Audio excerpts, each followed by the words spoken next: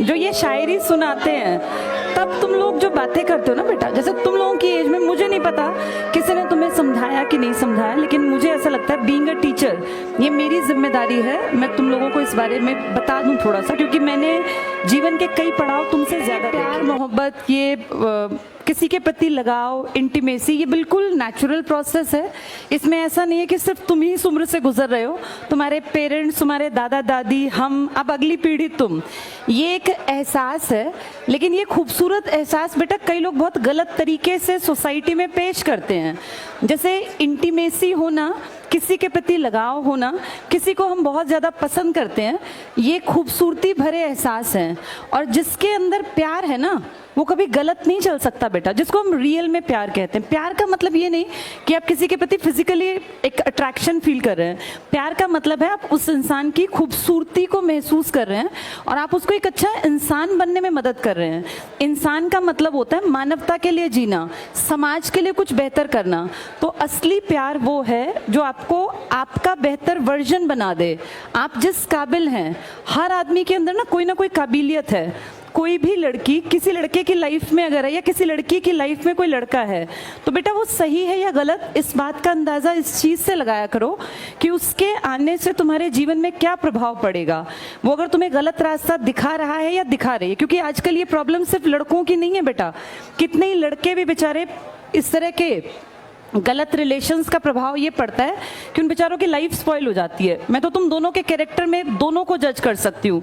ये लड़कियों की भी जिम्मेदारी है बेटा, किसी के इमोशंस के साथ खेलना नहीं होता। किसी रिलेशन में अगर तुम आओ तो इस बात को मानो बेटा। अब देखो, बातचीत नहीं करो, ये बातें तुम्हारे माँ बाप कभी नहीं समझाएंगे जो गलत है। मेरी बेटी खुद भी बड़ी हो रही है, मैं अपनी बेटी को भी ये सलाह देती हूँ। तुम उससे बड़े हो इसलिए तुम्हें थोड़ा सा और डिटेल में बात कर रही हूँ। अपना जीवन साथी अपनी मर्जी से चुनना कतई गलत नहीं है। ये मैं तब कह रही हूं जब मैं खुद एक बेटी की मां हूं, और ये मैं उसको भी कहती हूं कि बेटा अपने आप को काबिल बनाना, इस काबिल बनाना कि अगर तुमसे जिंदगी में गलती हो भी जाए, कई बार ऐसा नहीं है, ऐसा बिल्कुल नहीं है कि इंसान गलती नहीं करता, हर इंसान गलती करता है। और बहुत पढ़े लिखे काबिल लोग भी कई बार जीवन साथी गलत चूज कर लेते हैं। तो इसका ये मतलब नहीं कि अपनी जिंदगी को नरक बना के काट दें, लेकिन जब आप अपने जीवन साथी का चयन करें तो इस बात का ध्यान रखें कि ये जिंदगी सिर्फ 2 दिन की नहीं है। आपको उस जीवन साथी के साथ अपने, जब आप सामने दिखाते हैं ना बेटा, जब हम किसी रिलेशन में होते हैं तो हम बेस्ट बन के दिखाते हैं। आप सबसे बेहतरीन कपड़े पहन के जाएंगे, आप पूरा स्मार्ट बन के जाएंगे, लेकिन जब आप घर में होंगे तो आपकी जो रियलिटी है उस इंसान को वो भी देखनी है कि आप घर में किस तरीके से रहते हैं, आपकी जबान कैसी, आप बातें कैसे करते हैं। तो इसलिए किसी रिलेशनशिप में जब आओ तो इस बात को समझ के आना कि ये 4 दिन निभाने का रिश्ता नहीं है, ये जिंदगी भर निभाना है। और इसके बाद आपकी जो अगली पीढ़ी तैयार होगी, आप दोनों के अंदर वो गुण होने चाहिए जो अच्छे इंसान हम समाज को देके जाएं। ये 4 दिन में किसी की शक्ल देख के कोई अच्छा लगना, या महज किसी के पास बाइक है या गाड़ी है इसलिए कोई अच्छा लगना, ये लड़के लड़की दोनों के लिए कह रही हूँ, ये ठीक नहीं है बेटा। ठीक ये है कि मैं खुद काबिल बनूं, ये सब लड़कियों के लिए लड़कों के लिए भी है। अपने आप को काबिल बनाओ। एक काबिल जीवन साथी अगर नहीं है, कोई काबिल कोई पैदा तो नहीं होता, सब बनते हैं। जब मैं और परिमल सर रिलेशंस में थे, अफेयर में थे, तो ऐसा नहीं है कि हम लोग सिर्फ ये फिल्मी बातें करते थे, हम दोनों साथ रह के पढ़ते थे। मैं मैथ्स में महाबुद्धू थी, मुझे मैथ्स कभी समझ नहीं आया।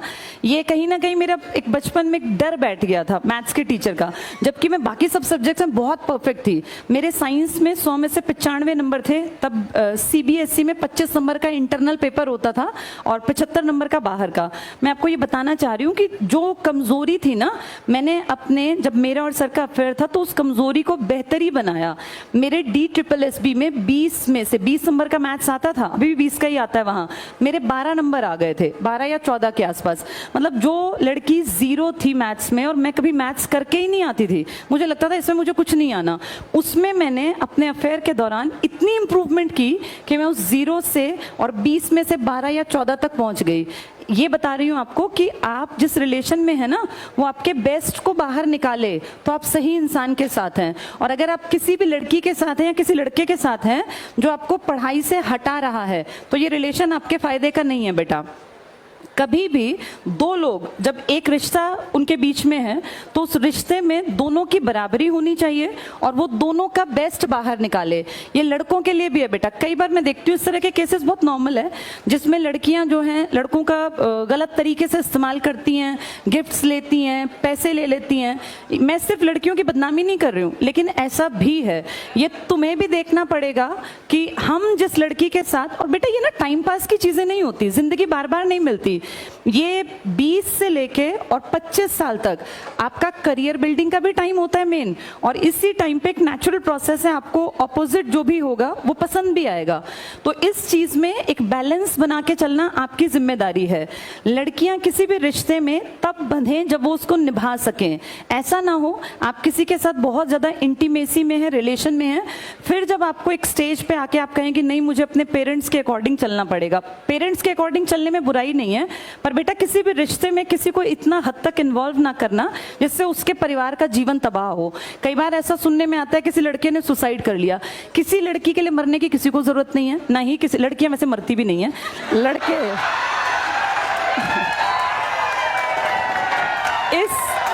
इस मामले में लड़के थोड़े ज्यादा इमोशनल हो जाते हैं बेटा। जैसे कई बार हम सोचते हैं कि लड़कियां इमोशनल हैं, लड़के भी बहुत इमोशनल होते हैं। और मैंने तो लड़कों को अपने लाइफ में हर रूप में देखा, पिता के रूप में, भाई के रूप में, हस्बैंड के रूप में, बेटे के रूप में। इसलिए मैं बता रही हूँ कि किसी के इमोशंस के साथ खिलवाड़ नहीं करना चाहिए। पहले ये कहानी सिर्फ लड़कों के बाट पर थी कि लड़के ऐसा करते हैं, लेकिन आज हम देखते हैं बहुत सारे रिलेशंस में लड़कियां भी गलत हैं। ये सबको मिलके समझना है। एक खूबसूरत रिश्ता वो है जिसमें बराबरी का एहसास हो, कोई किसी को बेवकूफ ना बनाए बेटा। ये विश्वास पे टिकती हैं चीजें, और ट्रस्ट दोबारा नहीं पैदा होता। किसी भी इंसान पे दोबारा ट्रस्ट नहीं होगा। जहां फेथ नहीं है वहां रिलेशंस नहीं बनाने चाहिए, वहां रिश्ते आगे नहीं बढ़ाने चाहिए। रिश्ता सबसे खूबसूरत वो है जो आपके बेस्ट को बाहर निकाले। अगर आपको कोई पढ़ाई से रोकता है, कोई आपको ये कहे कि भाई चलो चैटिंग कर लेते हैं, पढ़ाई बाद में हो जाएगी, तो वो तो ये सोचो तुम्हें पीछे ले गया वो, चाहे वो लड़का है चाहे लड़की है। होना ये चाहिए कि तू अपने इतने चैप्टर तैयार कर, मैं अपने इतने चैप्टर तैयार करूं, इसके बाद टाइम मिला तो हम बात करेंगे, नहीं तो फिर हम कल और स्पीड बढ़ा के अपनी चैप्टर्स को पूरा करके फिर बातचीत कर लेंगे। तो इस चीज को समझना, ये तुम्हारी उम्र में ना ये सब चीजें फैसिनेटिंग लगती हैं कि पता नहीं ये क्या चीज है। और बेटा जिनकी गर्लफ्रेंड बॉयफ्रेंड नहीं है वो महा खुश हैं, उनको चाहिए पढ़े लिखे और आगे बढ़ें। ये कोई ऐसी चीज नहीं है कि जिसको हवा बना दिया जाए कि अगर हमारे पास कोई रिलेशन नहीं है तो हम पिछड़े हुए हैं, ऐसा बिल्कुल नहीं है। और ईश्वर ने ना आपके लिए जिसको चुना है वो आपको अपने आप मिल जाना है। बस आप अपने लक्ष्य पे फोकस रखो कि पढ़ना है, लिखना है, काबिल बनना है। All the best.